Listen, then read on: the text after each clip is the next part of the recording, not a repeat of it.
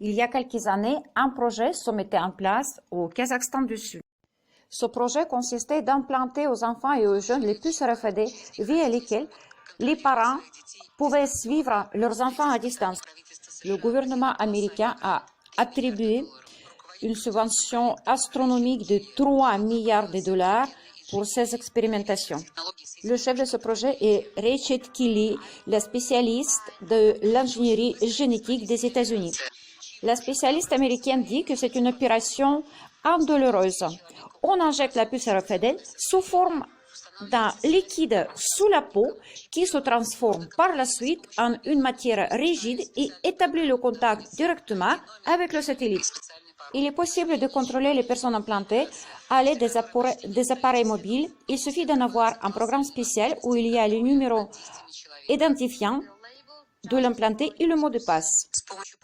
Avec ma tablette, je me connecte à ce jeune homme et je peux savoir où il se trouve.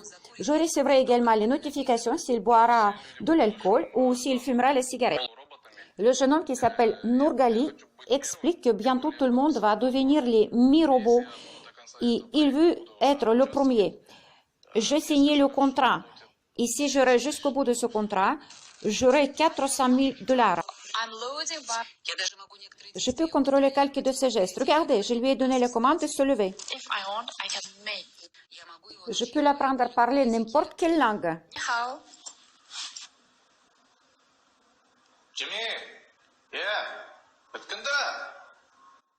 C'est un sentiment étrange. Je comprends tout ce que je fais, mais je ne peux pas me contrôler. Ce sont les hautes technologies.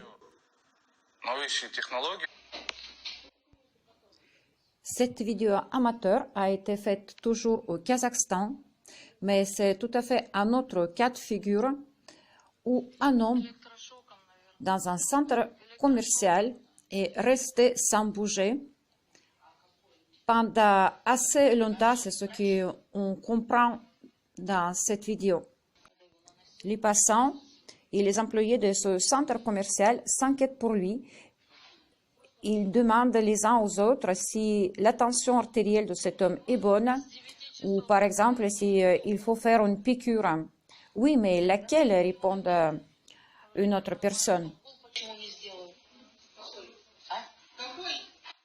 Une employée de ce centre commercial explique qu'elle a déjà demandé à cet homme si tout va bien ou s'il a des problèmes, mais que cet homme ne répondait pas du tout et il ne bouge pas. Entre-temps, les gens ont appelé l'ambulance.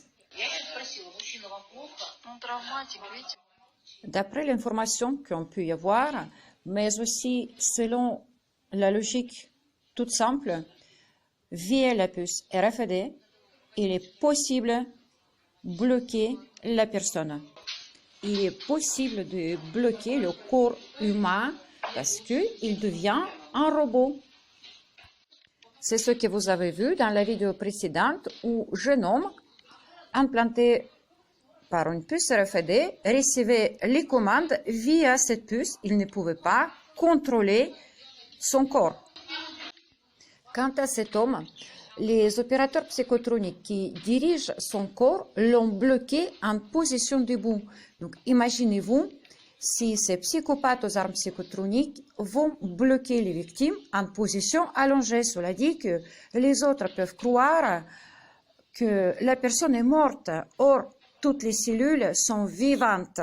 C'est juste la personne est bloquée. Le fonctionnement du corps est bloqué par les armes à énergie dirigée via la puce RFID. Et ces cas d'horreur se sont produits déjà autant en France qu'ailleurs. Cela dit que la puce RFID ne mène que aux souffrances et aux dangers parce qu'elle peut être piratée également. La question que peut-être il faut se poser est-ce à notre époque où nous vivons, la vie et la santé des gens n'ont plus de valeur. La santé, l'éducation, la justice, la police, les affaires étrangères. Et en même temps, parallèlement, dans la mesure où il n'y a pas de règle de droit, le marché va s'étendre à des domaines aujourd'hui aujourd'hui considérés comme illégaux, criminels, comme la prostitution, le commerce des organes, le commerce des armes, le racket, etc., etc. Et donc, on aura de plus en plus un marché qui va dominer, entraînant une concentration des richesses, une inégalité croissante, une priorité absolue donnée au court terme et à la tyrannie de l'instant et de l'argent, jusque y compris, au fond, au bout de la route, la commercialisation de la chose la plus importante, c'est-à-dire la vie, la transformation de l'être humain en un objet marchand, lui-même devenu un clone et un robot de lui-même.